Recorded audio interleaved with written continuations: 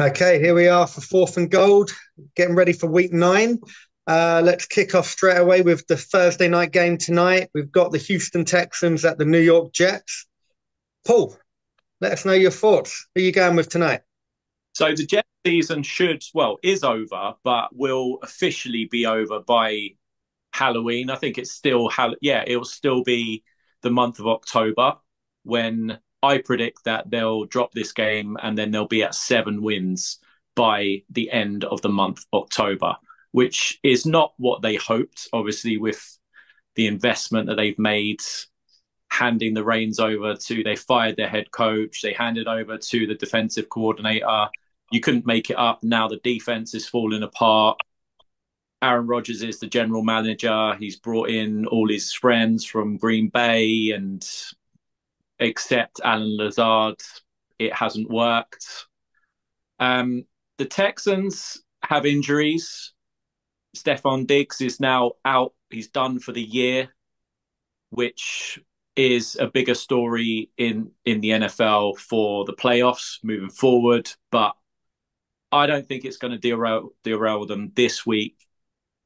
Recently, we've seen that the Jets can't stop the run, and the Texans are going to run the ball with Joe Mixon, who's been a great, great add for this Texans team. Really, really balanced out their offense because CJ Stroud has had his struggles. But despite that, the Texans are sitting there at 6-2. I believe they are 6-2. So it hasn't hurt them too much. Tougher tests ahead. Road team, conventional wisdom says that you back the home team on a short week on Thursday night. But on this occasion, the home team are the New York Jets. So I'm going to scrap that and I'm going to back the Texans because the home team are the Jets and the Jets are a total mess. Just cannot back the Jets. Okay, cool. What about you, Jay? Just end the season. My goodness me. How do you lose to the Patriots? Like, it's what you said, Paul. The defense sucks since Salah was fired. The defense was okay. I mean, they gave up 30 on the 49ers on opening night, but after that, they were pretty solid. They've really gone downhill.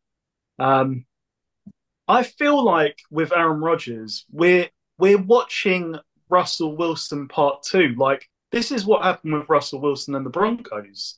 He went there for more control, more ownership, to be something that he's not. And that's the way I feel about a 40-year-old Aaron Rodgers. He needs to do what Russell Wilson has done now, basically humble himself and say, I need to be coached. He needs to be coached up now. You guys know I love it. I love prime Aaron Rodgers. Like, he's one of the best players for me that I've ever seen. But 40-year-old Aaron Rodgers, he needs to be coached up now. Like, this is far and away from prime Aaron Rodgers.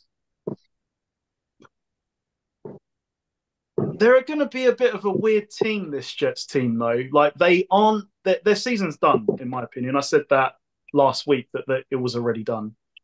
But they are going to put it together every now and again. So betting for or against this team is dangerous, I think, because there is a lot of talent on the team, right? Inevitably, as any given Sunday rules are, they are going to show up here and there. And I guess my concern with the Texans is no Nico Collins, no Stephon Diggs. Who is going to hurt them in the passing game? You know, there's going to be a lot of attention, I think, on Tank Dell. I think we're looking at maybe Robert Woods returning to, the forefront, shall we say. And then they've got, I think, is it Schultz at tight end, who they use sparingly. So it feels like right now, that passing game, which is already struggling, is in for a tough night tonight. And right now, it feels like the offense is Joe Mixon because, I feel like we've seen struggles. I felt like they reached a point where they were getting somewhere, and then forgot that was against the Patriots, because since then it's been Strugglesville. The Texans can't protect CJ Stroud either. And it's not one of those where, maybe like the talent is just not there. It's like a schematical issue. Like teams are just getting free runners at Stroud, where plays just have no chance at all to develop. And Stroud, of course, is unsettled by this as well.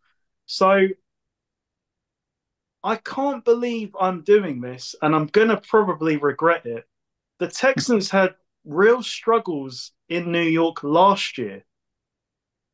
Don't ask me why, but I've got just a gut feel. I'm going to go with the Jets to win tonight. This is going to be one of those rare nights where they kind of put it together to some degree. I'm sure I will regret this tomorrow, but Jets to win. Okay, well, there goes me being the only one to pick the Jets on this one then. I feel very similar to you that this Jets team, they have the makeup, or they have the individual personnel that shouldn't be losing to the Pats. No doubt about it. Numbers-wise, Rodgers has turned it up a little bit, but again, he's not the player that we all once knew. He's not that bad man, as Stephen A likes to say. Are we going to see a bit more of Devontae Adams? Again, is he forcing it too much to Devontae Adams? Where to start? The Texans team haven't been the team that we expected all year. They've scraped by. They're probably, in performances this year, the worst of the 6-2 teams that there is right now. Most of them are one possession games. Lucky again at the weekend, or fortunate, shall we say, against a quarterback that has now been benched with the Colts. I look at tonight for the reason that Paul said, but for a different reason. It's a short week, home field. Logically, you go with Houston, but for me, I think the Jets are going to have that advantage of the short week, and they can't be as bad as they've been consistently throughout the year. They got too many good players.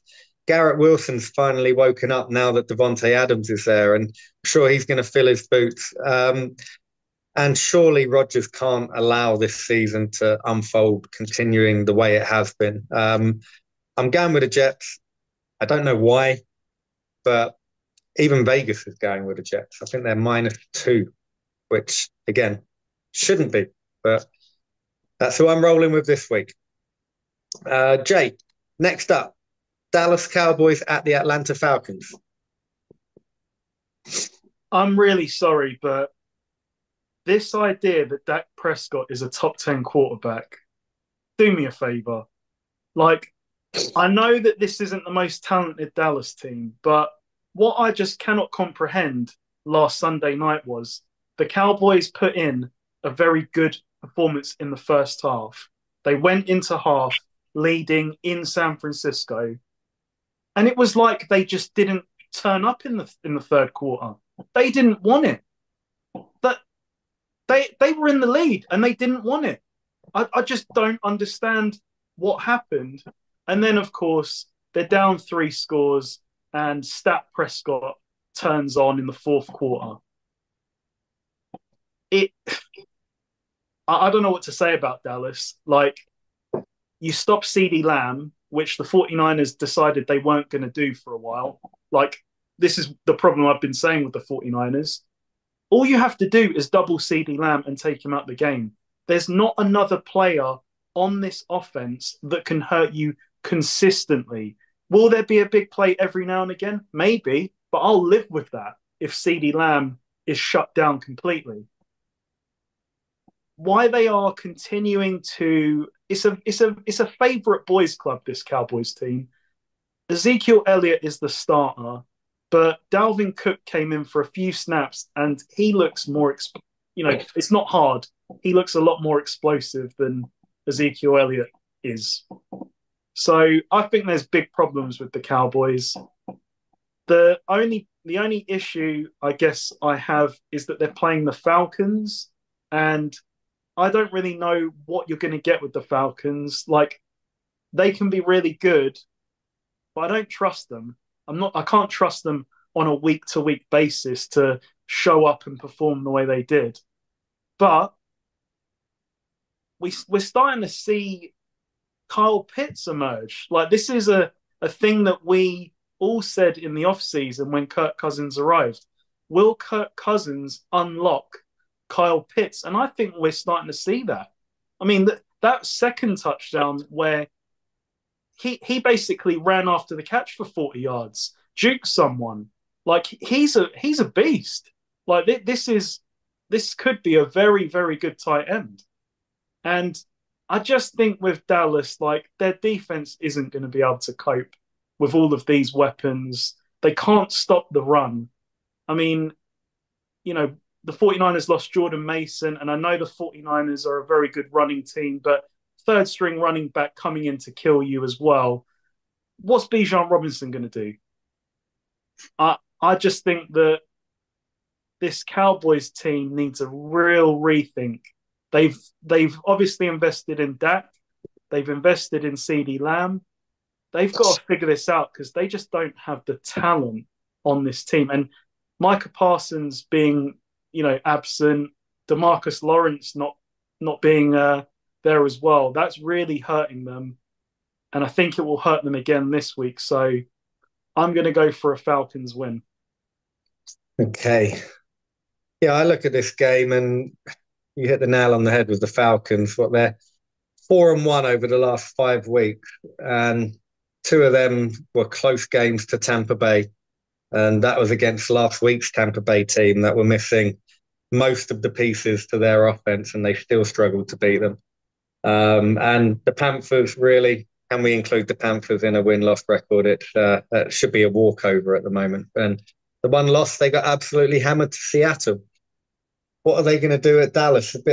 It's that Jekyll and Hyde team. If some of their players that are questionable, Micah Parsons is questionable for this week, so there is a chance that he'll be back. Then you've got Deron Bland as well, could be back as well. They are players that will make a huge difference to this defense. It is in the Falcons, and God, what way do you go?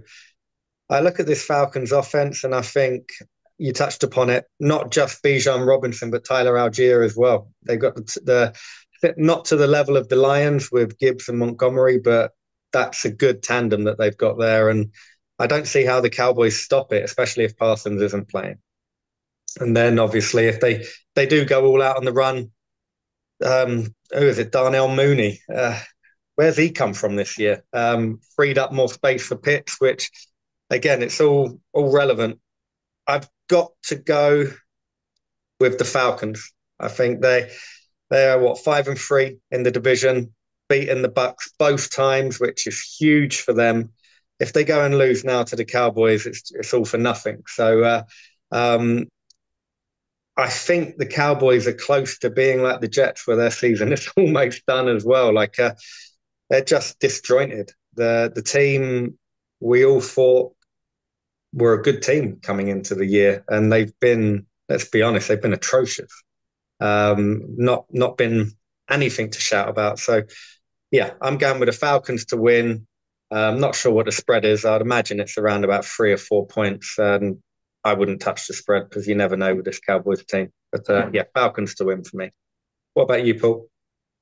Yeah, NFL football at a basic level is quite simple. You need to be able, even at a very, very small level, to be able to run the ball and to be able to stop the other team running the ball. Well, Dallas are last in the NFL at rushing, and they're second to last to the Carolina Panthers in stopping the run. So you're immediately struggling against every team. And you guys hit it like the 49ers, and yeah, it's the 49ers, but they ran for 230 yards on this Cowboys team. Jay said they went in at halftime in front in San Francisco. San Francisco came out of the locker room, and what happens in the locker room at halftime? The coach makes adjustments, or a good coach makes adjustments. San Francisco came out, touchdown, touchdown, touchdown. And that's game done. Dallas, I mean, there's been questions raised of this coaching staff, and yeah, you see it right there. That game against a truly banged up 49ers team was there for them if they just had hung around and competed, but they didn't compete in the second half, and the 49ers took the game away. And you got to question the coaching coming out in the second half. Against the Falcons are top half of the NFL in rushing offense against the second worst rush defense. That's not a good matchup. The Falcons, yeah, they're a bit inconsistent. You truly don't know what they're going to get. The one consistent thing with the Falcons, though, is that they cannot get after the quarterback. They don't really pressure the quarterback. So Dak might have some time to throw, but every week it's all on Dak because they can't run the ball. So, and the Falcons do have quite a good balanced offense. They can run it with Bijan and with Tyler Algier, and they have got some weapons on the outside. Yeah, I think this game is a Falcons win and possibly a player prop kind of a game for Kyle Pitts catches, yards, Falcons players in rushing yards. And also Dak Prescott. I'm looking at Dak Prescott to throw a pick in this game because he's going to be throwing like 40, 50 times again. What odds he throws a pick, you know? Yeah, Falcons win. I think it's going to be high scoring. I think it's going to be follow a typical Dallas game scripts. Like they're going to be coming from behind again because they've messed up somewhere in the second, third quarter. And Stat Prescott, as Jay calls him, will make his yards in the fourth quarter, but in vain because I see the Falcons winning this one. Okay, good stuff. Right, next up, we've got the Miami Dolphins at the Buffalo Bills. So I'll kick us off on this one. I will actually say this isn't the Miami Dolphins against Buffalo. This is Buffalo playing against their little bitch. Because as we've known for the last few years, no matter how good the Dolphins are playing, and we did it earlier this year, we're like, yeah, the Dolphins are going to win this game. And the Buffalo it's not even close. They just hammer them time and time again. And now Buffalo actually seem to have turned up this year. I don't know where this has come from. Just gradually, their pass rush is elite. And they've got Von Miller coming back. I'm not sure if it's this week or next week. He's coming back very soon. So they're only going to get better. I think Amari Cooper's going to be making this team better. You've got two very good tight ends in Knox and Kincaid.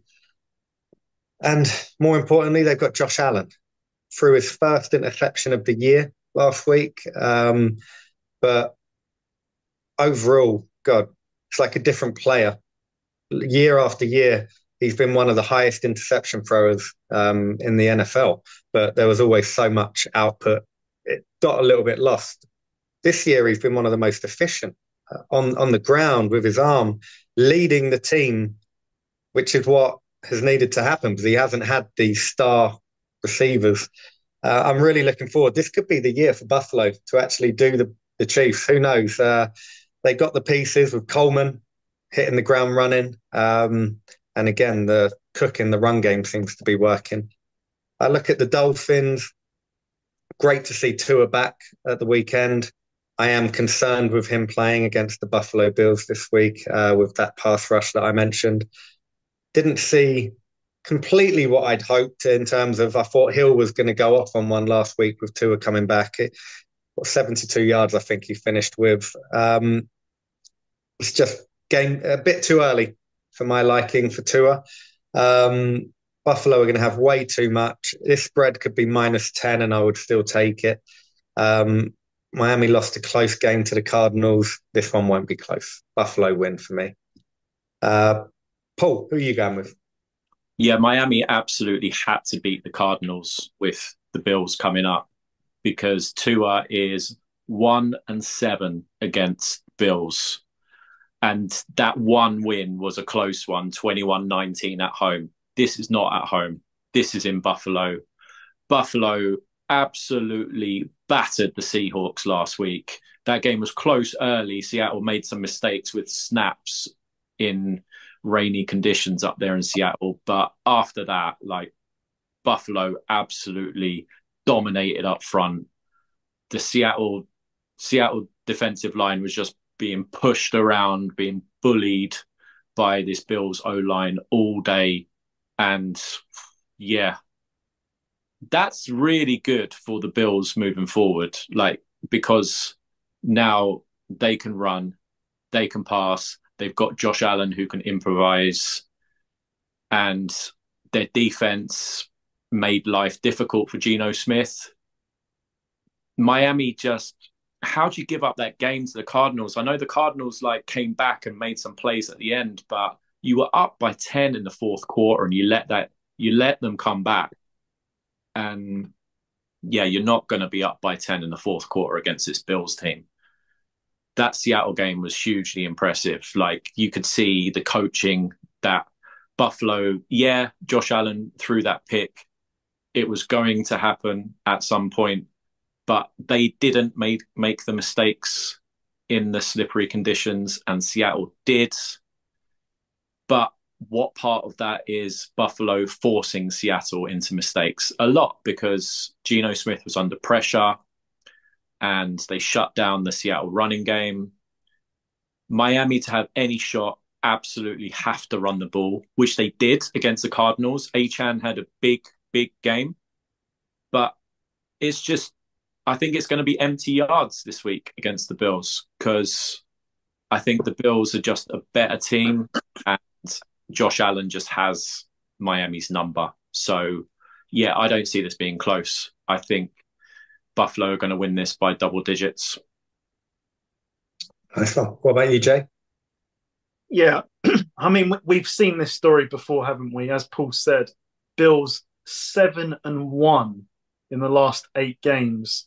Josh Allen has their number, but McDermott's defense has Tua's number. And no, in fact, McDaniels' offense's number, because what we saw in week 2 was they couldn't run the ball. Tua threw a bunch of interceptions. The Bills rammed the football down their throat with James Cook. I kind of expect the same again, except the Bills are better than they were in week 2. You know, they've got a 1-2 punch now at running back with James Cook and Ray Davis. Amari Cooper had 1 catch for 3 yards last week, but it's the attention that he garners. It opened everyone else up. You know, you see Khalil Shakir gaining crazy yards off these wide receiver screens because they have to account for Amari Cooper. They're doing the same with Kincaid a lot of screens to him. So yards after catch for Kincaid and particularly Shakir, I imagine, are quite high. Defensively, I mean, if Von Miller's back, this other guy, Espinoza, has really stepped up in his absence. Not much more to add. Bills going to win. Bills will probably stomp all over the Dolphins again. So, yeah, we move on. Okay. Next up, we got the Las Vegas Raiders at Cincinnati Bengals. Paul, who are you going with? So the Raiders put a lot into that Chiefs game, a real lot into that game, and it was close. But I think it's close, like, let's not get carried away. I think that's close because of who Kansas City are this year. You know, they're not that team. They are efficient, like, small plays. They don't have huge plays, and their defense just makes a play. And true to form, watching the game, they actually called it. The Raiders were down. They were down 1 score, and the commentator said that Minshew's done a really good job of protecting the ball at the very moment that he fumbled the ball to the Chiefs. And that broke. So, yeah, I think this is a letdown spot for the Raiders. They put a lot into that game. You know, they hate the Chiefs. The Chiefs hate them. The whole Kermit the Frog incident from the off-season, well, yeah, they beat the Raiders like they always do. The Bengals got absolutely stomped by the Eagles in the second half, and the Bengals defense is back to early season form, which is not good for Joe Burrow because it sounds like he's going to be in looks like he'll be in a lot of shootouts moving forward because the defense cannot stop anybody. But this week it's not the Eagles, it's the Raiders. So because of what I said at the very start of the year, like the Bengals do have a fourth place schedule, and this is what you get with the fourth place schedule. You get the Raiders coming to town, and it's another good spot for the Bengals to get back on track. But they're behind in the AFC North, and they absolutely have to have this one. I think they will. I think the Raiders are just a total mess. They cannot run the ball at all, and Gardner Minshew is behind center. So he's not going to be able to take advantage of the weaknesses in Cincinnati's defense.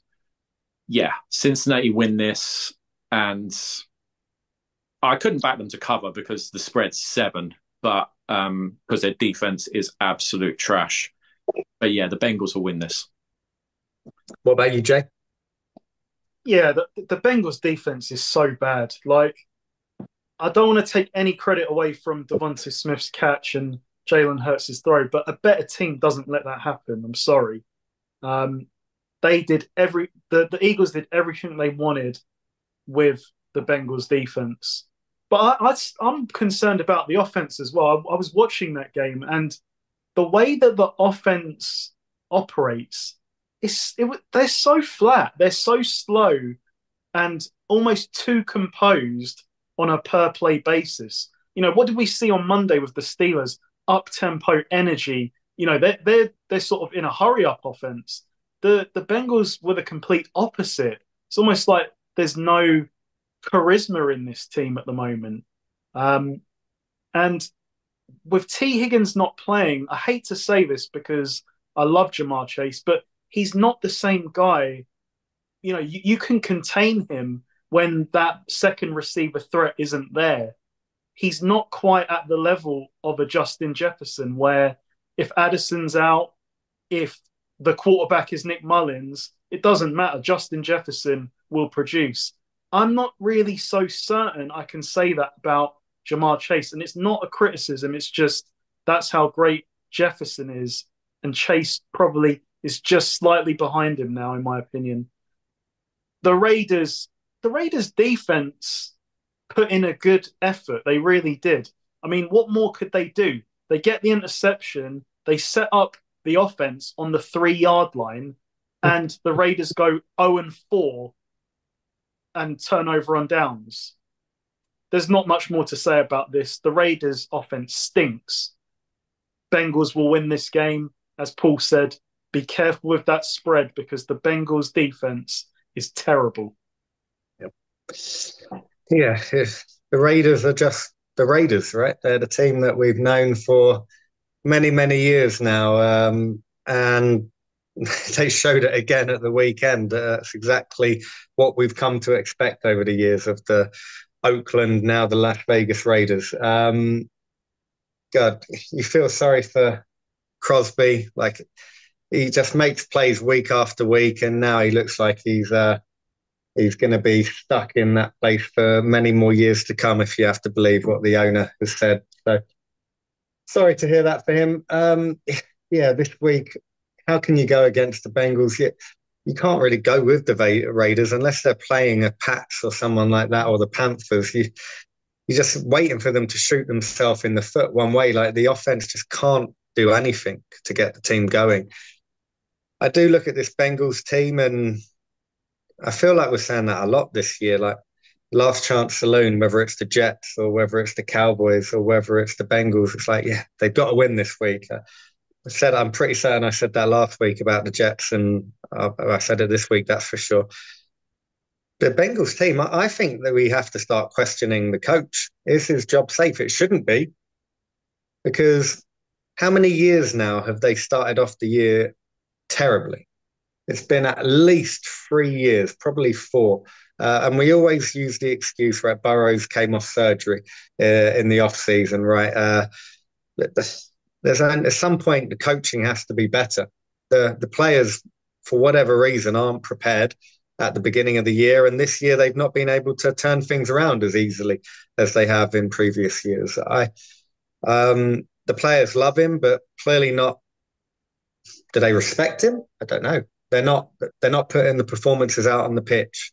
With Chase, with Burrow, with Hendrickson, with Higgins, whoever you want to call, this team should be doing better than what they've been doing. I think this week they will produce enough to get the win, but huge question marks about this team and this coaching setup going forward. I think changes need to be made in Cincinnati, from ownership all the way down to the coach, but unfortunately you can't change the ownership. I think being cheapskates has probably had some effect on the team.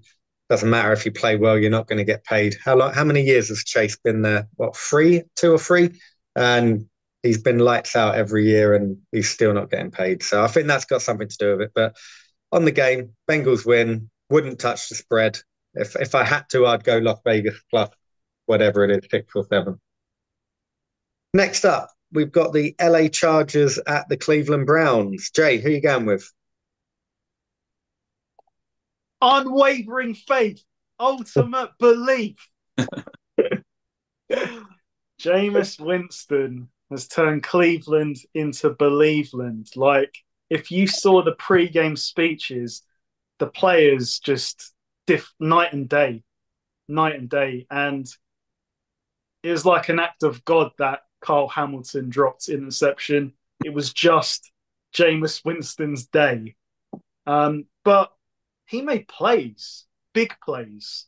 You know, the throw to Njoku, it's tight coverage. Great catch by Njoku, but the throw was on the money. It's the classic, though.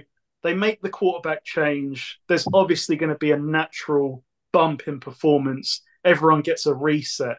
Can they do it again this week? The Chargers, I actually think Herbert's playing really well. The points may not reflect that. I think that's more of an indictment on the receiving core. It seems like Ladd McConkey is emerging as maybe Herbert's favourite target, but there's a lot to be desired about this set of weapons, I'm afraid. It's almost Bills like last year, where no one can really make a big play.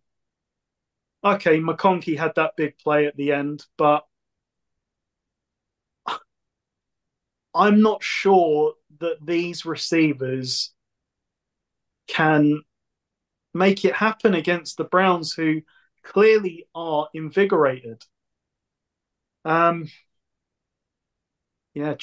think this comes down to talent, this one. As much as I love Jim Harbaugh and what his team brings, the way that the style of play they have, I think that the Browns are going to do it again this week. I don't think what we saw last week was an Andy Dalton one-hit wonder. I feel like the Browns will win this game, and Jameis is going to have another pretty good game. Now, he did have 2 or 3 dropped interceptions, so this could come back to bite me. But I expect the Browns to put up points, and I think it will be a case of the Browns score more touchdowns and the Chargers score more field goals. So I'm going for a Browns win. Okay.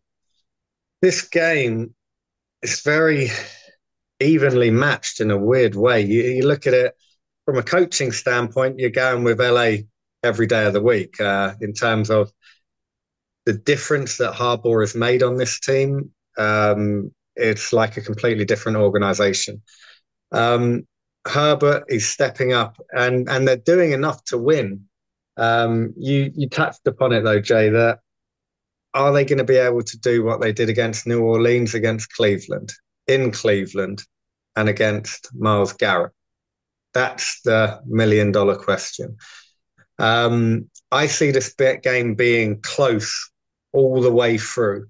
One-score game, probably right until the end of the last quarter.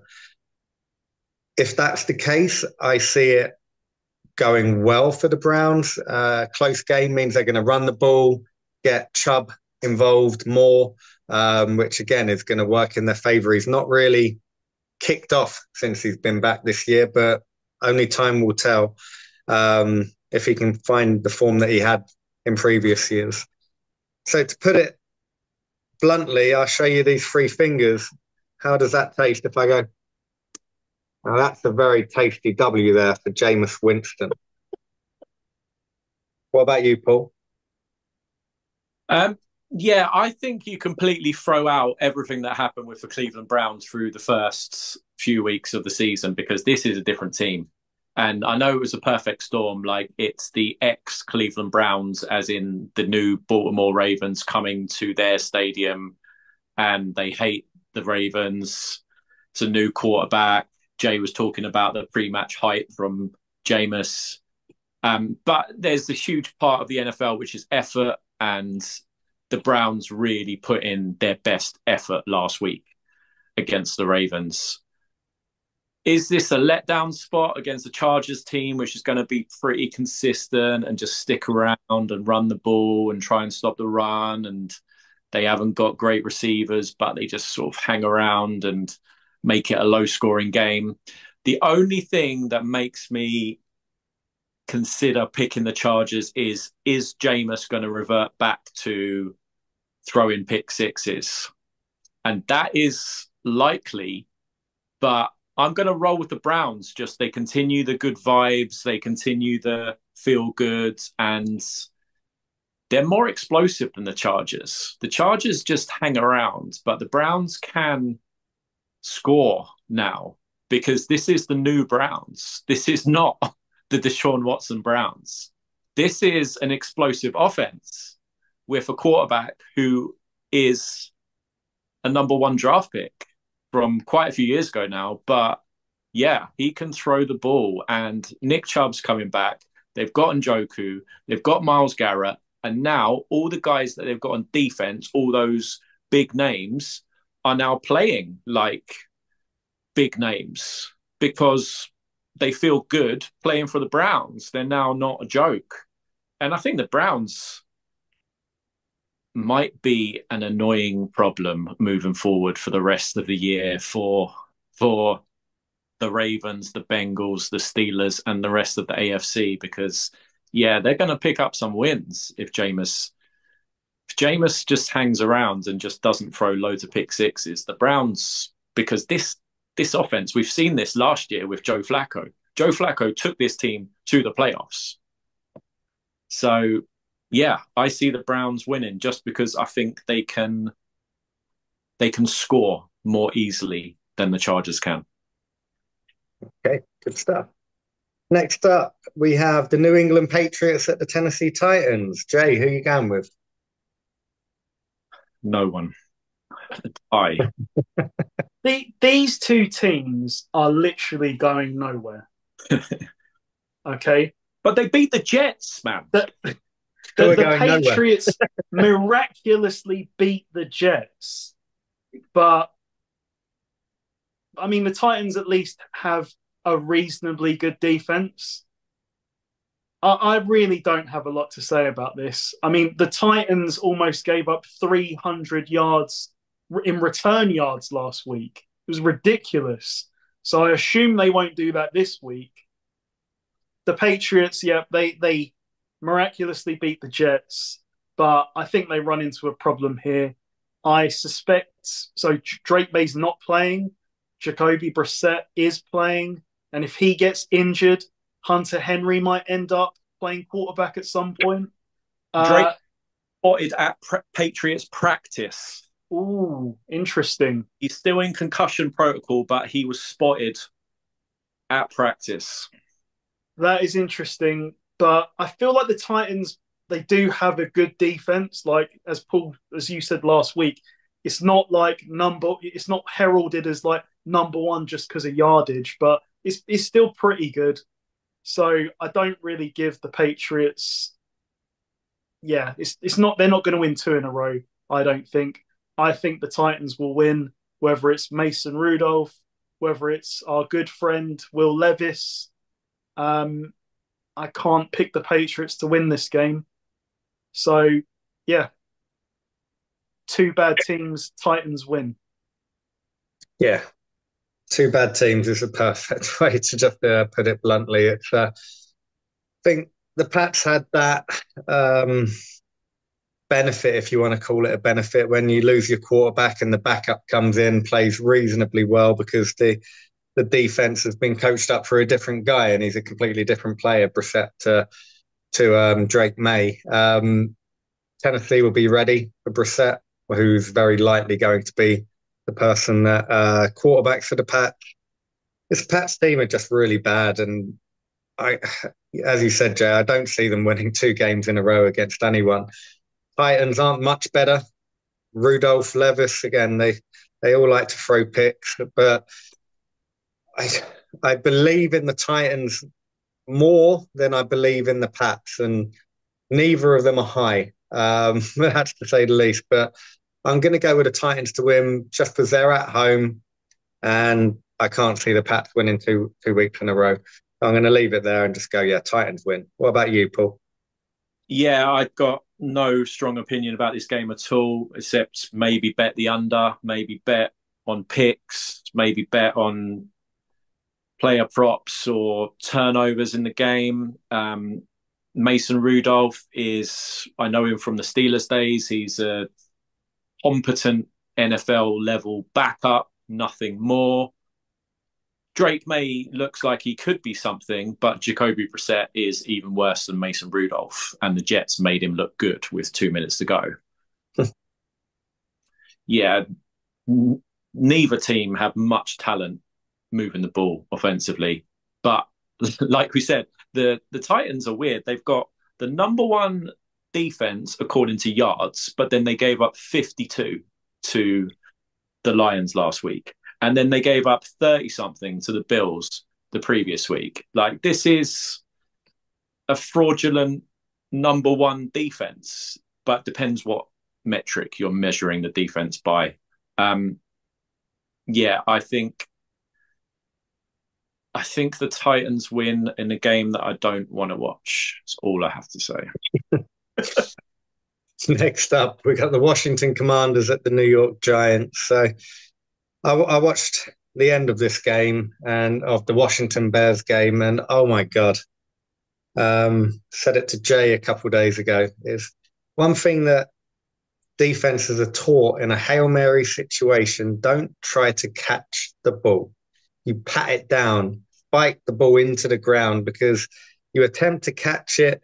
That's when what we saw on Sunday happens. I remember very well it happened with the Bengals against the Ravens a few years ago when a certain Dalton threw it up to AJ Green and he made the catch, which bounced off of a Ravens hands into an open AJ Green's hands. And after hanging around in that game, literally the defense keeping them in it, to then get into the lead and for their cornerbacks, or the defense in general, really, to allow that play is shocking. But Jaden Daniels got the win.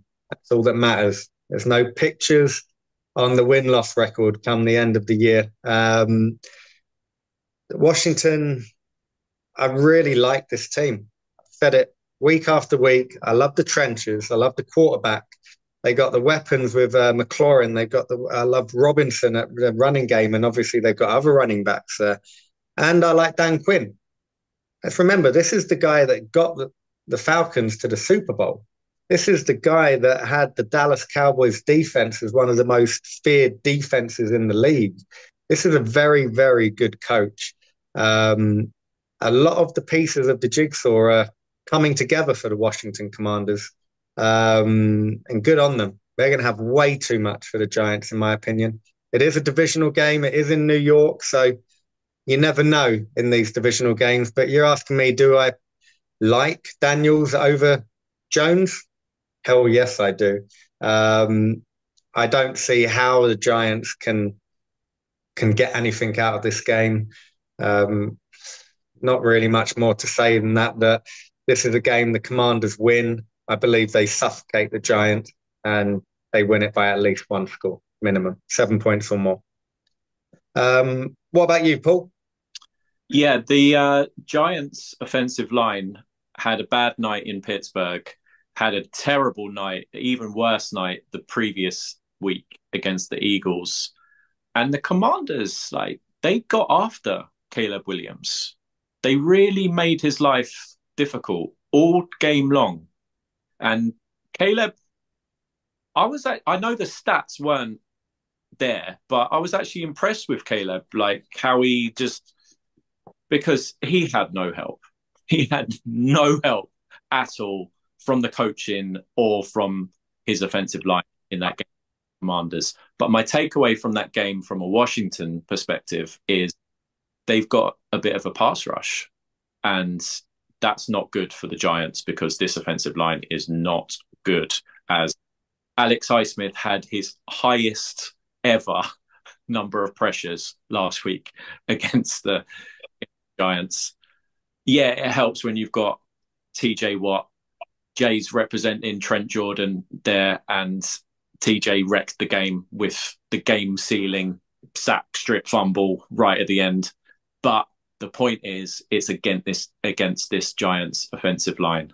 And yeah, so the Giants are going to have problems moving the ball, and they're going to need to, because they're going to need to keep up with this Washington offense. And I don't see it happening.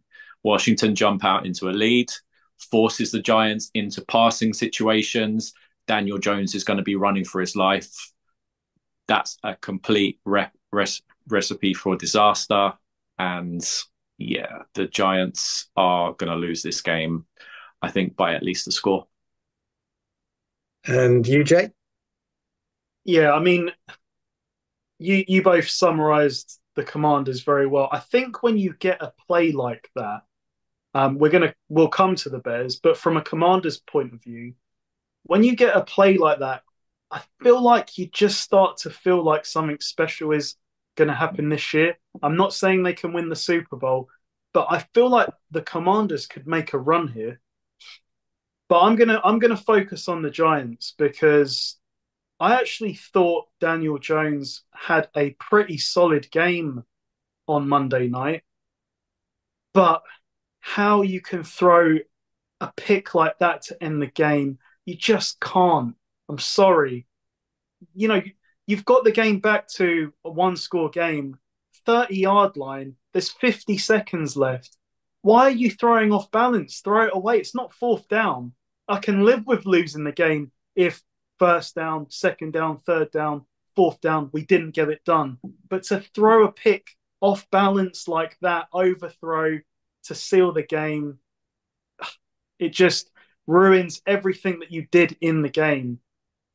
Now, one thing that bugs me, and it might be just because I'm old school and I'm not living in 2024, when you're down 14 and you score a touchdown, why are we going for two?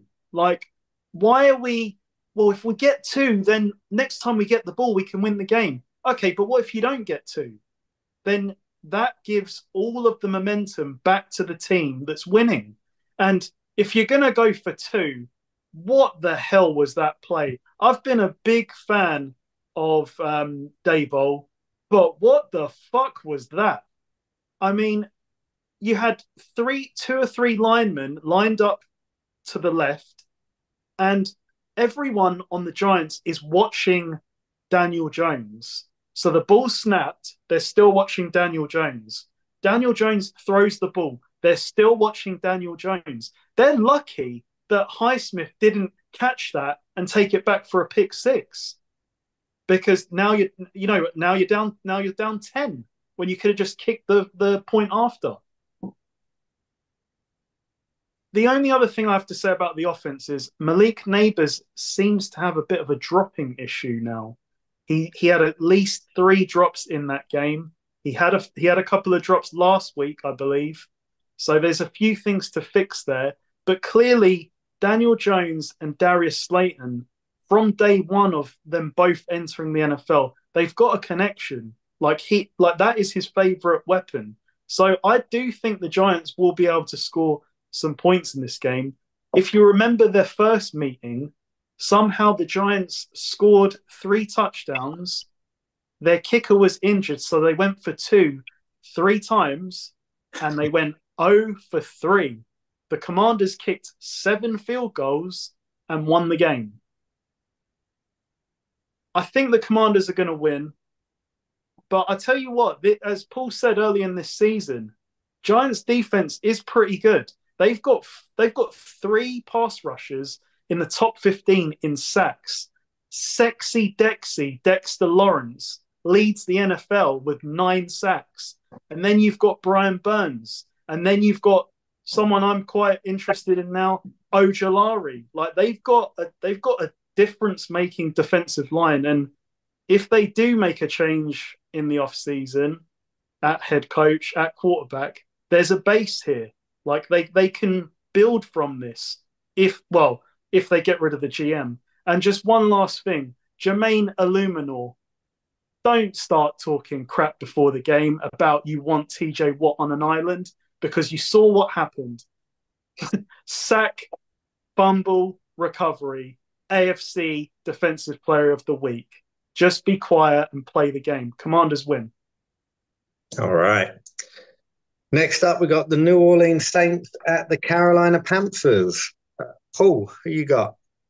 So my good friend Derek Carr is predicted to start this week, and the surprising stat that I looked up is the Panthers have won a game more recently than the Saints.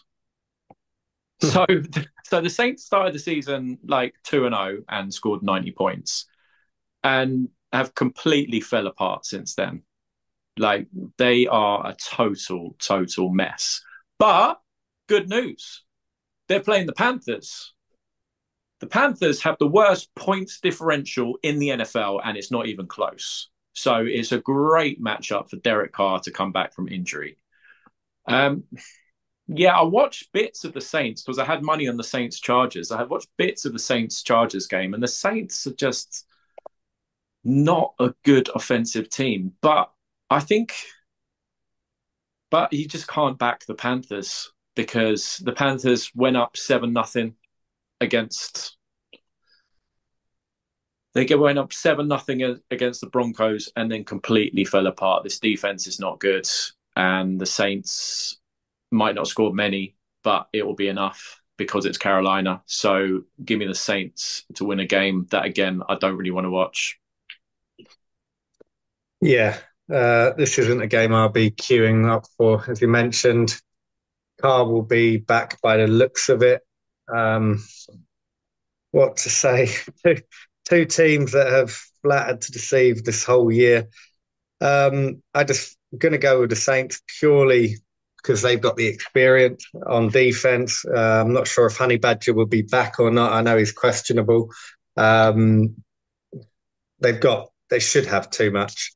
I've got nothing to say about this game because both teams have been absolutely shit all year. So I'm just going to say Saints to win, and that's it. What about you, Jay? I don't have a lot to add other than Derek Carr this week said, "I am no saviour." Yes. So what a great way to instill confidence into your team. No one said you was, Derek. What a lead.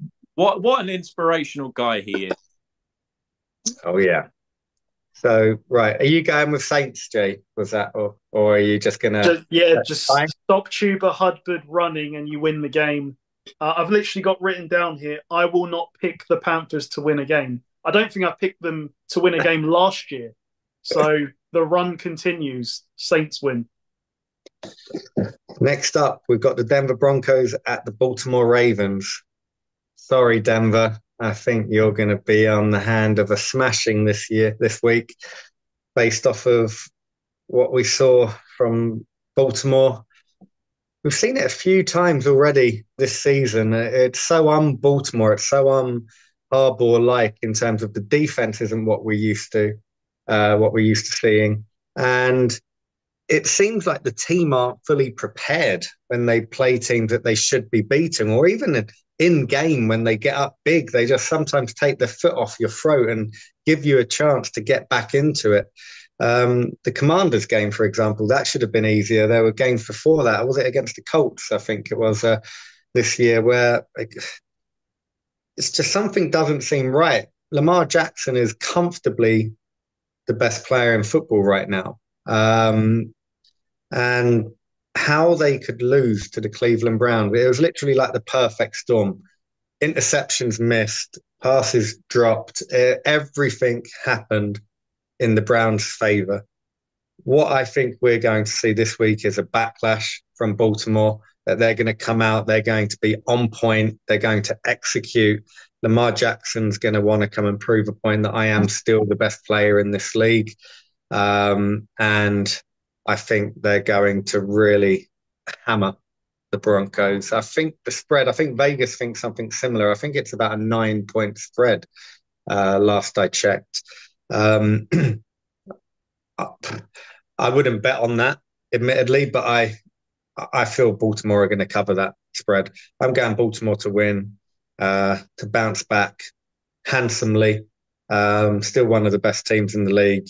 Henry to have a big game. Yeah, Baltimore win. What about you, Jay? The Denver defense allows the least yards per play. The Ravens offense gains the most yards per play. So something has to give. And I'm leaning towards the Ravens.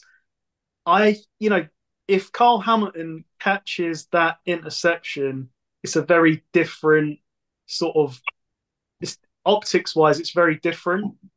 But he didn't, and they gave up a touchdown on the next play. It is very odd, Rob. It's so odd to see the Ravens with kind of, I mean, they're not terrible on defense, but they're not good. They're below average. It's not the Ravens that we all know. Not the Ravens that we know at all. And I'm sort of sitting here thinking, well, who's gone? Patrick Queen, obviously that's a massive loss next to Roquan Smith. And also McDonald, who's gone to Seattle, the defensive coordinator last year. They're having to recover from that. This is an offensive team because, the defense, they can't rely on them. And yeah, I mean, I will give them not a pass, but it was a one-off. It was Jameis's day, as I said earlier. Lamar still nearly pulled off the most insane game winner. I mean, he gave it everything on that final play, but it wasn't meant to be. I think they bounce back this week, as Rob said. I don't know how many points they'll put up. I feel like they will put up a lot. Can Denver put up any points? Like, I know that they put up 28 on the Panthers, but the Ravens' defense isn't as bad as the Panthers. Ravens win this game comfortably. Yeah, cover the spread. And what about you, Paul? Yeah, a pissed off Baltimore team is not good news for Denver. Denver have had the easiest strength of schedule so far this year, and that's not good. Heading to a pissed off Ravens team. It is surprising that the Ravens, like you guys said, I don't know what's going on with the coaching or blown coverages. Like Tillman runs literally wide open to win the game for the Browns with a minute to go. I mean, you know exactly what they have to do and you let them have it. But I think this is a bump back down for the Broncos, and they're going up against the top level now of the AFC. And yeah, I think Bo Nix is going to have problems this week. Lamar Jackson has never lost to a rookie quarterback. He's 7-0. And we know how Lamar Jackson likes his records with what's the NFC record? 20, is it 22, 23 now? 23-1. 23-1. So yeah, I think after this week, he'll be 8-0 against rookie quarterbacks. But I think the Broncos could make this close because of the problems that the Ravens have on defense. I think they keep it kind of close and they'll put up some yards and I think they'll score some points. But I think it's going to be quite high scoring. And yeah, the Denver defense, like this is going to be a welcome back to reality kind of moment. And yeah, give me the Ravens in a high scoring game. Okay. Next up, we've got the Jacksonville Jags at the Philadelphia Eagles. Jay, who are you going with? I don't know what to say about as always, I don't know what to say about the Jaguars. They fought, like it summed up their season, that game. They were down, they fought back, and then, level with a minute left, they give up a massive play that takes the Packers almost all the way to a touchdown. On the Eagles side, I thought that was Jalen Hurts' best game of the year. Granted, it was against a bad Bengals defense. Well, this week they're going up against a bad Jaguars defense. So I don't really see how the Jaguars win this game, because offensively they're inconsistent, but defensively they're just bad. They're terrible. And AJ Brown, Devontae Smith, Saquon Barkley they'll all have a big day, I think. Brian Thomas Jr., my new favorite receiver, is carrying a rib injury, I believe. He might not play. I can't pick the Jaguars. They need a coaching change. Eagles win. Yeah, God, this Jags. How is Pedersen still in a job? What he's done with this team? I look at the Eagles team, but they're going to have too much for the Jags. Saquon Barkley behind this O-line, it's not a fair fight. He's done pretty much what all of us thought he would do, and I see more of the same. 100+ yards probably on the ground alone this week against this Jags defense. AJ Brown step him up. AJ Hurts, one of his best games I've seen in a long time last week against that Bengals team. And yeah, I'm not in love with the Eagles this year, but they're going to have way too much at home for this Jags team. And who knows, was it they were good? Were the Bengals bad? Probably leaning a little bit more. It might have just been the Bengals weren't very good last week, but possibly the Eagles have turned a corner. I'm going with the Eagles to win. They're going to have way too much, whether it's on the ground, in the air, for this Jags team. It's clear Lawrence is not a leader. Hurts is completely a leader. He's someone that players want to play for. Eagles win. What about you, Paul? Yeah, the Jags defense is a total train wreck. And that's not good against the Eagles, who can beat you in a multitude of different ways. Even now with Hurts running the ball, and the tush push is back now. So yeah, with the Eagles, it's just a case of just stay healthy, because I want to see this team compete in the playoffs with their guys. This game is not important to them, but they've got enough to win it. And yeah, but every Jaguars game has been pretty high scoring. So I think the over comes in. Over 46, I think, because the Jaguars defense, they give up 30.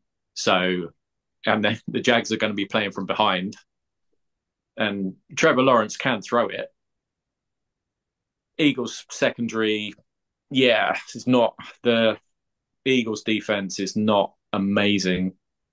Yeah, give me the over. I think this will be quite an entertaining game. And the Eagles win. Don't touch the spread, because the Jags could backdoor cover this. Spread's 7.5. That's a one where they make it 7 right at the end. But yeah, Eagles win, high scoring game. Don't back the spread. Okay. Next up, we've got the Chicago Bears at the Arizona Cardinals. Now, I looked at Arizona. I've watched a few of their games this year. I'm trying to work out how they're 4-4. So they're 4-4. But they're minus 27 points when you look at the wins and losses all combined. If you take away the Rams game that they won, they would be minus 58 points. So that one game they won by 31. the three other wins that they've had, them three wins, they've got a combined plus of 4 points in them three wins. They're all walk-off field goals with the kicker. Two of them 1 point, one of them was 2 points. They're getting a lot out of a very mediocre team this year. That's the only way to say it. The Bears, again, I feel a bit like a broken record, but until you fix the O-line, doesn't matter who you've got as wide receiver, who you've got at tight end. No quarterback can throw the ball if they don't have time. If the wide receivers don't even have time to run a route, what can you do? And that's what we saw on Sunday. I think with this Arizona pass rush, Caleb will have a little bit more of a chance to make something happen. I see with the weapons that they've got and the defense, let's be honest, that Washington Commanders team is a very prolific offense based off of what we've seen this year. And they did a pretty good job keeping them within touching distance anyway throughout the whole game. I see the Bears having too much for Arizona, even though it's in Arizona. I see the defense doing a job and Caleb getting back on track and getting the win for the Chicago Bears. What about you, Paul? Yeah, I backed the Cardinals, and until last week, I think I lost every time I picked a Cardinals game because of the nature of the Cardinals, and I just have no clue about this team. So my logic with this game is that can the Cardinals win 3 straight? I don't think they can. But against that, the Bears haven't won on the road this year. So, but I think you hit it. The key matchup in this game is the Cardinals pass rush against the Bears O-line. Because if he just has enough time, the Bears win this game.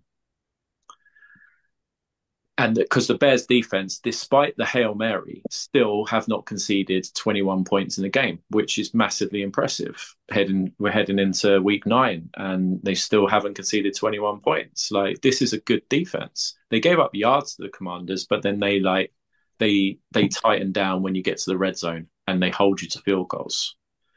And the Cardinals seem to need everything to fall in the right place to get the win. And it did last week against the Dolphins. And it did the previous week. And it did against the 49ers because the 49ers handed them the game in the second half. I just think they need everything to fall into place because of the limitations that they have on this run. But they do make plays because Kyler Murray to Marvin Harrison Jr., it could be a hookup we're gonna see for years and years and years to come. Just invest in this O-line, please, Arizona, to protect Kyler Murray. He is a complete menace, though, Kyler Murray. He just makes plays when there's not a play to be made. He'll just take off and make 30 yards when there is absolutely nothing there because they haven't got great talent bar Marvin Harrison Jr. The question for the Bears is, can they protect Caleb? I say yes, just enough to beat this Cardinals team because I want to pick the Cardinals, but conventional logic, I'm going to pick against my instinct because I can't figure out the Cardinals. And what about you, Jay? My worry with the Bears is how the hell do you get over a loss like that? Devin McCourty said this week that when they gave up that winner against the Dolphins, in the first meeting after that, Brian Flores said, "You guys did enough to win the game. It was on us as coaches. We let you down." And that's the way I feel about that final drive for the Bears. The coaching let them down. I think you said it on Monday, Paul. Why was there a quarterback spy on Jaden Daniels on the Hail Mary play? What, he's going to run 60 yards past all of your defensive backs? Like, it makes no sense. And then, yeah, Tyreek Stevenson trash talking the fans, then saw the play was live, sprinted into the mosh pit, and tipped the ball to Noah Brown for the winner. The coaching really concerns me with the Bears. I know we're not here to call people's jobs, but it's not good enough. You've got Caleb Williams, a number one pick. You're going to ruin him, I think, with this coaching staff.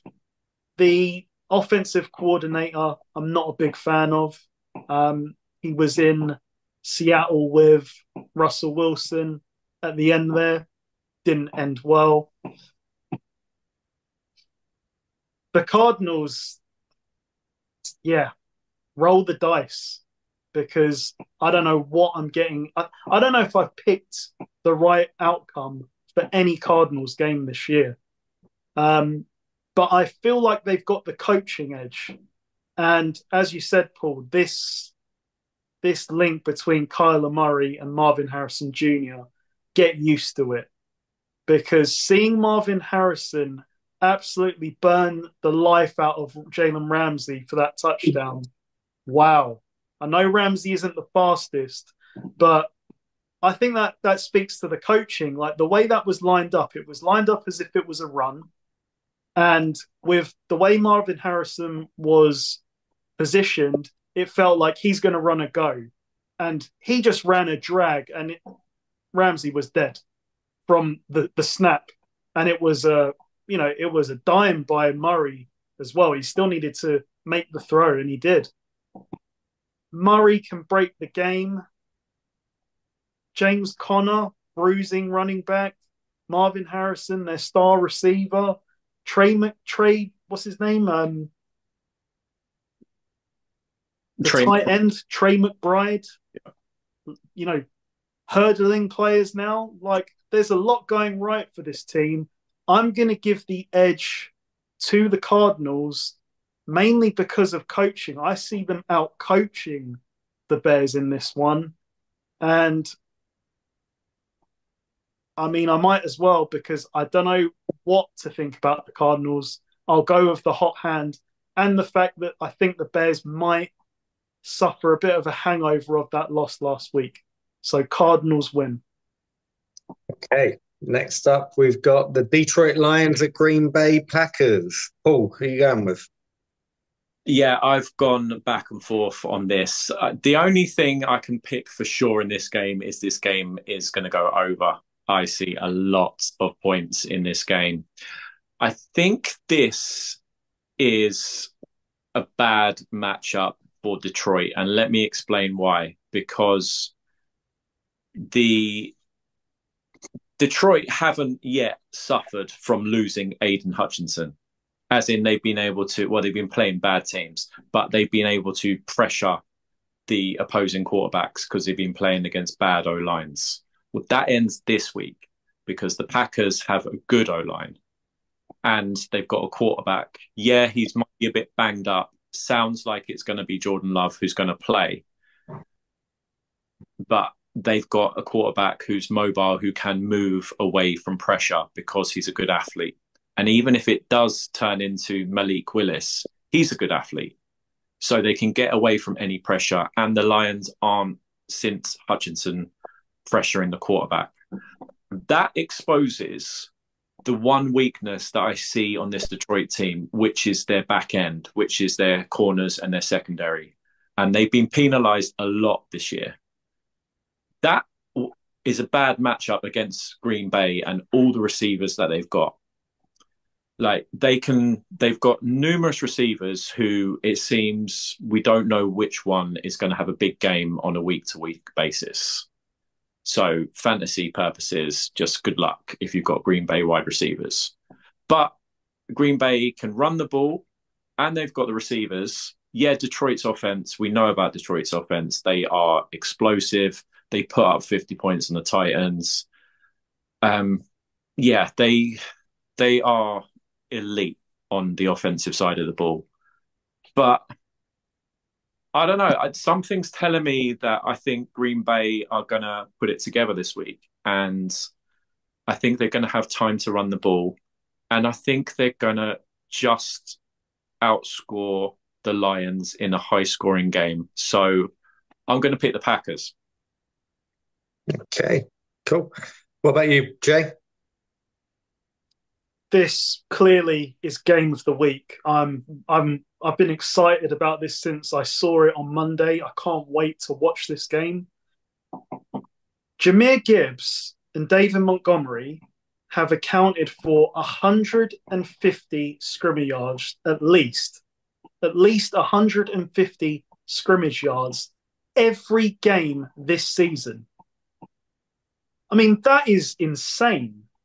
That's half the game's worth of offense that you need to win a game every week. So I think for me, the key here is that the Packers have a reputation of not being able to stop the run. So can they slow this running attack down? Because I know Dave Montgomery is a great running back, but I'm starting to believe Jahmyr Gibbs is one of the premier running backs in the NFL. Like, it's the perfect marriage of the two. They call them Sonic and Knuckles because they complement each other exactly with what they offer. But if the Packers can slow this run game down, I know Goff has been good this year, very good, but you need to put the ball in Goff's hands for the whole game and see what happens. Maybe he'll still beat you, but you're certainly not going to win if Montgomery and Gibbs go off for over 150 yards in this game. Now, on the other side, as Paul said, Detroit's defense is not great. They certainly can't rush the passer against a proper offensive line, in my opinion. And I do expect Jordan Love to have a very big day passing-wise. I do think it will be very high scoring. As average as the Lions defense is, though, they get takeaways. They're second in the NFL with 15 takeaways. And as good as Jordan Love has been since he came back, and I do like this quarterback, he does have a bit of a turnover issue at the moment. So I say that the Lions win a very close game where they just make one or two kind of big game-changing plays, maybe on the defensive side. So Lions win. So I look at this game and 48.5 over under. I do love the over, first of all. But then I also look at the fact we are getting into November and this is at Lambeau Field. It's not in a dome. It's going to be 10 degrees and raining on Sunday. That's not ideal conditions for throwing the ball in. It's perfect for running. It's Detroit team, as you mentioned, Jay, probably the best run game in the NFL in terms of the 1-2 punch. How can you bet against this Detroit team?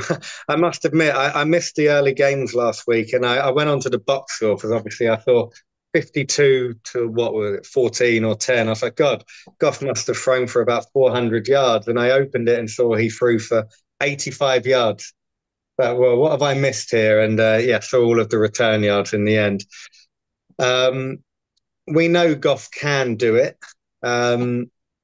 If it's in his hands, he did show us at the beginning of this year that old Jared Goff, the Fisher Goff came out again and reared his ugly face. I don't think that's going to be needed.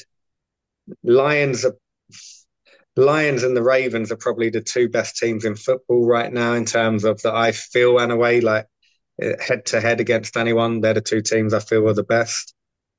Hutchinson's, you're not going to replace Hutchinson. I think they will have enough just with their offensive players and the coaching.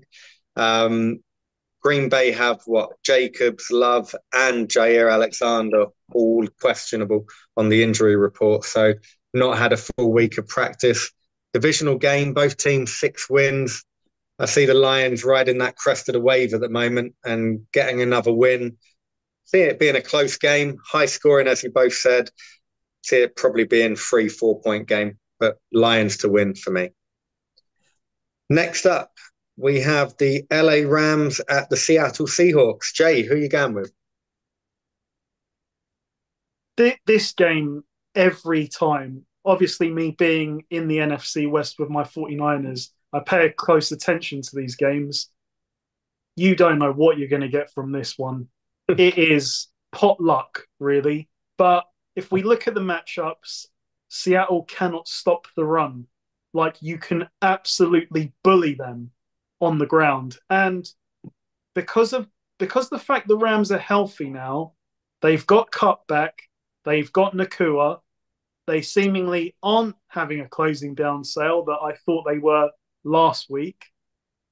I think that Kyron Williams can hurt them on the ground. Stafford is elite. I'm sorry, he is elite. Like, some of the plays he made last week were incredible for a 36-year-old.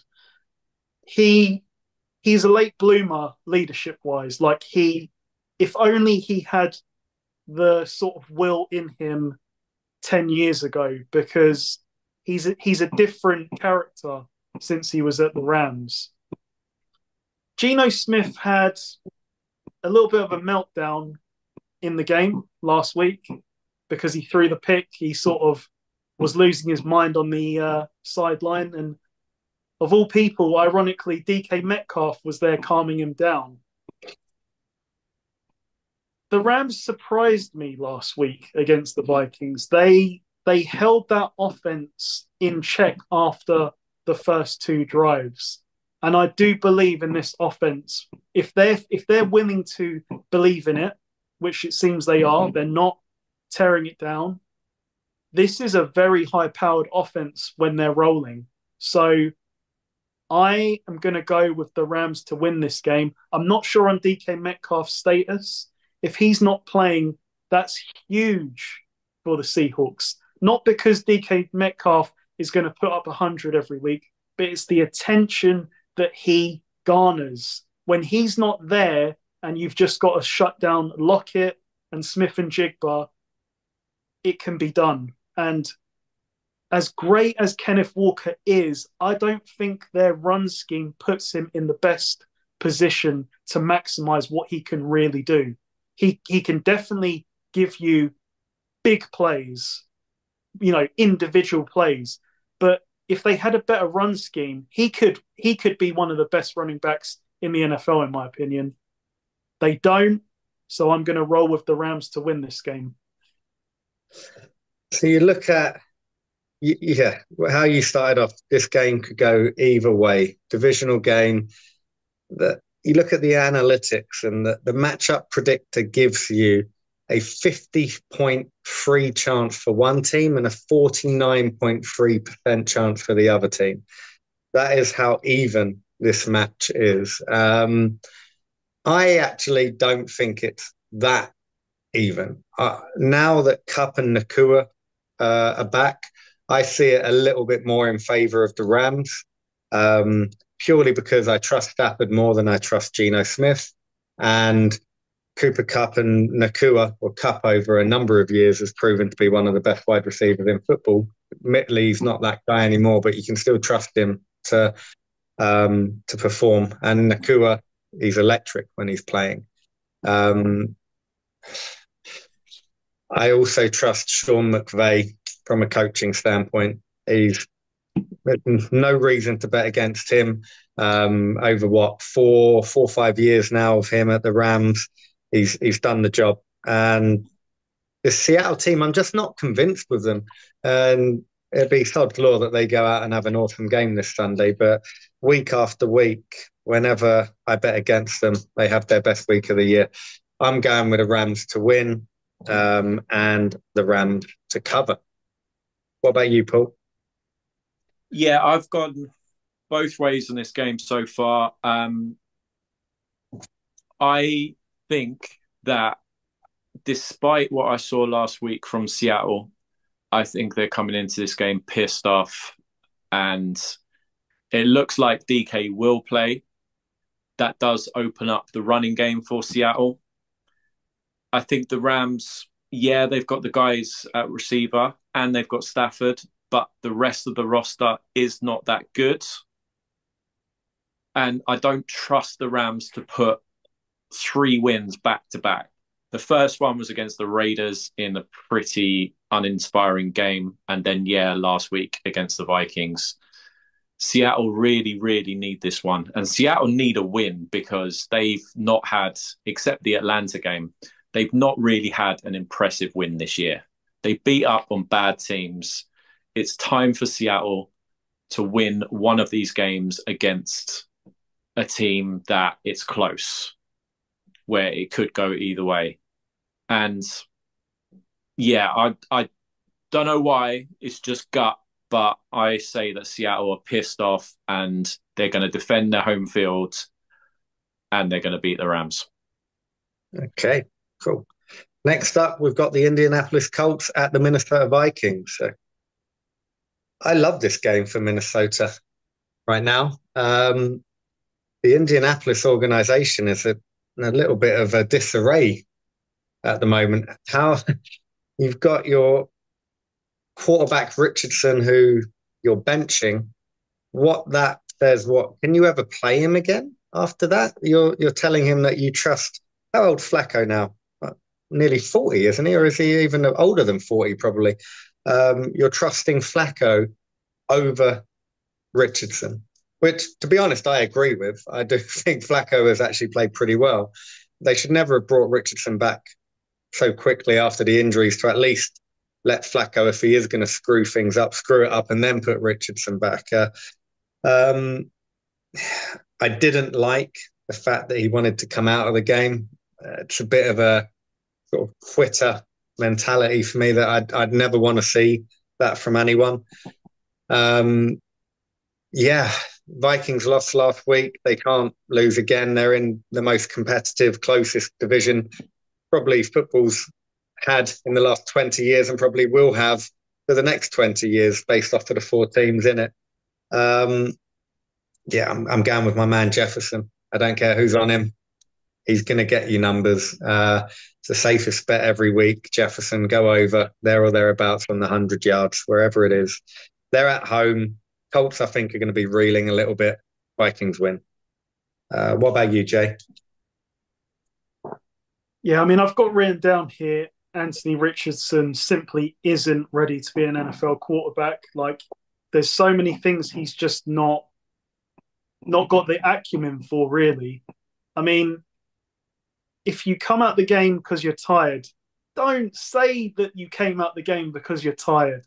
Say that you had an issue with something else and, make something up. Call a timeout. Yeah. I mean, the thing that summed him up was the interception at the end of the first half. That just is pure lack of situational awareness. So I fully agree with Flacco coming in. May it be the end of Richardson? I don't know. Like we'll see how it goes. I mean, I think it's a good opportunity for him to learn behind Flacco. Flacco's not like this superstar, but he's a good professional. You probably will learn a lot from him, someone that loves the game.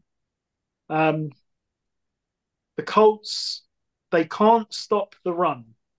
We say it every week, and I feel like the Vikings have the tools to run at them. Aaron Jones being the main running back, the threat of Jefferson on the outside, like it puts you in a bind. So I think that the Vikings will win this game. Can the Colts put up points with Flacco? I think they can. And I think that the Rams and other teams have started to show you how to negate this Flores defense that likes to infamously crowd the line of scrimmage. Well, the Rams ran outside jet sweeps. Stafford threw it downfield. A lot of those throws weren't completed, but you know what? That just put that little voice in Flores' head that I have to defend the back end. That's how you beat this Flores defense. That's how you stop him crowding the line of scrimmage and only playing the 15 yards from the line of scrimmage back. You've got to stretch the field. I just think as you have said, Rob, the Colts are in disarray and the Vikings will take full advantage. They've had 10 days to prepare. They'll be pissed off that they lost that game against the Rams.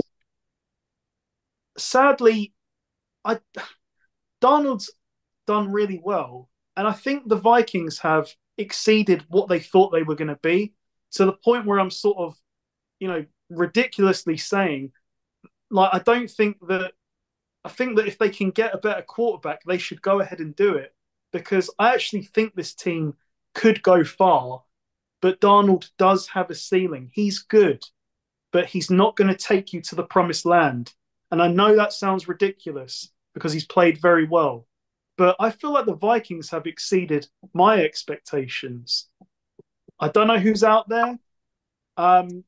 You probably don't want to go full circle with Brett Favre and get Rodgers to go from the Jets to the Vikings. But if the Rams were to get hammered, I would make a call for Matt Stafford. It probably won't happen, but there's been a lot of murmurs about this. I would make that call. Vikings will win this game. I'm rooting for the Vikings to win this game, because if the Colts lose and the Colts decide to maybe blow things up, there's been a link with a certain DeForest Buckner coming home to San Francisco. So Vikings win. I want them to win. All right, good stuff. And then last but not least, we have the Tampa Bay Bucks at the Kansas City Chiefs. Paul. Oh, sorry, I need your pick, Paul. I already presumed that you were going with the Vikings. Who are you picking, Paul? This game for me is the Vikings pass rush against an immobile 40-year-old quarterback, and that's a terrible matchup. The Colts don't have a great defense. This is a get-right game for the Vikings. They're going to come back home. It's going to be loud. It's going to be crazy up there. The Colts apparently have a good offensive line. Well, it's going to be tested this week with Brian Flores and his scheme, and I say the Vikings win. Okay, good stuff. Now we can go on to Tampa Bay at the Kansas City Chiefs. Go on, Paul. Who you got? So Baker Mayfield is now back to, Baker Mayfield, right. So in Cleveland, he was apparently a 500 quarterback, but he still led the team to the playoffs and then got hurt, played for a year, probably too long when he was hurt. It all kind of fell apart. They got rid of him. Now he's in Tampa. He was doing well when he had Evans and Godwin. These past 2 weeks, when he hasn't had Evans and Godwin, he can't throw to them anymore. So he's throwing to lesser than receivers. He's turning the ball over because he's having to, and he's playing from behind. He's making mistakes.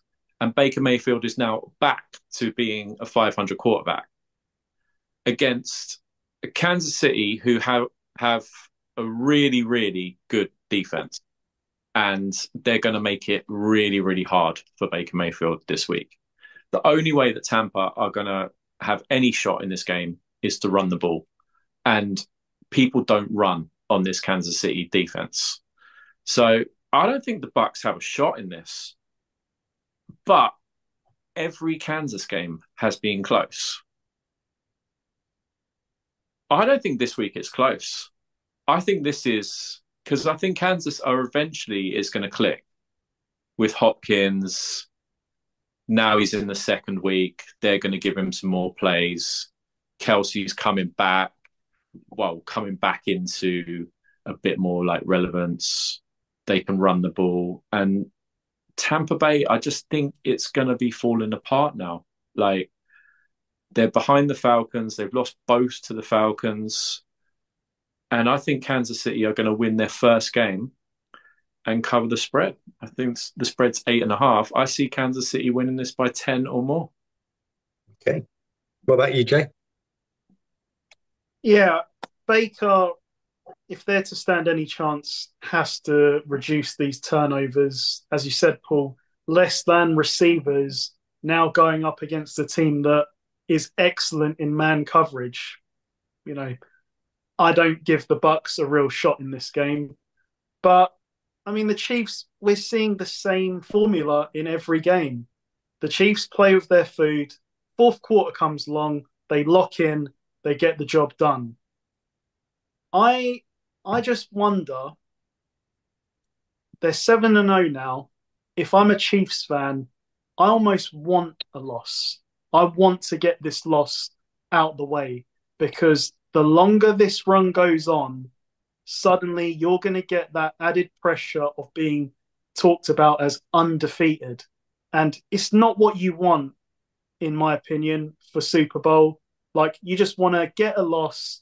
I know you're not going to throw a game, but I think the Chiefs need a loss going into the playoffs. They don't want this extra exposure, but maybe they do because they just seem to take everything on the chin, every type of pressure. It doesn't bother them. They embrace it.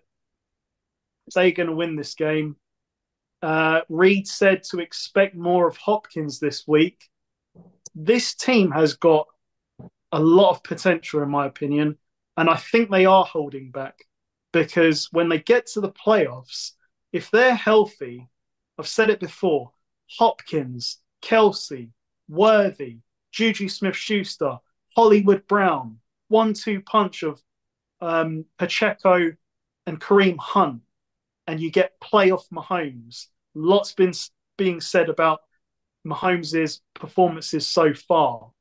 I just say watch the fourth quarters because, yes, he's not playing at his best, but watch the fourth quarters, and that will tell you everything you need to know about what we're going to see in the playoffs. Chiefs win. I piggybacking off what you just said to finish off, Jay, with what people have been saying about Mahomes so far this year, and everyone gets caught up in stats, but I'll liken him to playoff Mahomes is like your Sunday Tiger Woods back in the day. It was, you don't win anything on a Thursday, Friday, Saturday in golf. You win it on a Sunday. Ask Lamar Jackson, would he rather give up them regular season MVPs for one ring? I guarantee you that answer would be yes. This is all about preparation for playoffs. The Chiefs being 7-0, based off of how they played, they're probably one of the worst 7-0 teams there's ever been in the history of having of the teams that have gone this far. No hit on them, just they've not got out of second gear more often than not until they've had to. Personnel-wise, when everyone is healthy, if they all get back healthy for the playoffs, this is going to be a hard team to beat. This weekend against the Bucs, can the Bucs just have no? I really don't see how they can win. They're going into Kansas, hot weather team going into the cold. We're getting to that time of year where the weather is going to start playing a factor. They're without Mike Evans. They're without Chris Godwin. They're two best receivers. And Mayfield is going to have to hold on to the ball longer. And that's going to give a certain Chris Jones even more time to come and introduce himself. I see this being a comfortable win. I agree. I think you said it, Paul, where this is the first game where they win by more than one possession. I agree. I've not been blown away by Kansas, but they do enough. And this week, I think they do more than enough. Kansas win. And that's us for game picks for week 9. Now let's have a look at some bets for the week. So I'll kick us off. I got one that I like. I've got 2 overs, the Lions at Green Bay and Jags at the Eagles. And I would add on top of that, Nick Chubb over 54.5 rushing yards against the Chargers. That gives you 5.7 to 1 for that treble. What about you, Jay? What have you got? Well, it is Thursday night, so I will give you a Thursday night special as always. I've got Devontae Adams and Garrett Wilson over 49.5 receiving yards. Joe Mixon and Breece Hall over 19.5 receiving yards. And Texans plus 10.5. That pays 6 to 1. And I'm on a bit of a streak. I am on a 3-week winning streak on the late games. I've had 2 late game doubles and a late game treble. So I'm going to give you a late game double. It's not sexy odds, but I feel very strongly about it. Lions -2.5, Eagles -2.5. You'll get 1.5 to 1 on that, but I feel very, very good about it. Nice. Nice. Right. What about you, Paul? I've got an early game double. Got Darius Slayton receiving yards over 34.5, and Dak Prescott just to throw a measly 1 interception against the Falcons. That will pay 2.5 to 1. Slayton, my thinking is that they're going to be playing from behind, and he's been hooking up with Slayton a lot recently. So that as a double will pay you 2.5 to 1.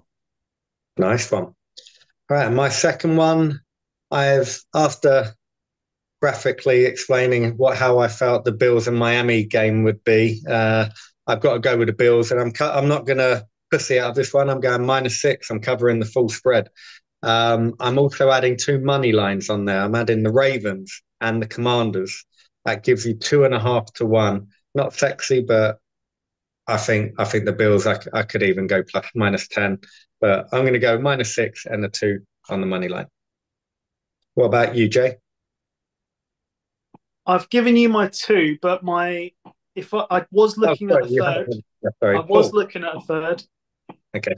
I would go Ravens and Bills on the spread. That will give you 2.5 to 1. Nice. Paul? Yeah, I've got a late game double. The Packers Lions over 48.5. Thing is really high scoring. Detroit's averaging 33 points a game. And Kyron Williams for the Rams, total scrimmage yards over 107.5. I know it's a high number, but the Rams run the ball a lot. And Seattle showed last against the Bills, they have real problems in stopping the run. That as a double pays 2.5 to 1. Nice one. All right, and that's us done for this week, gents.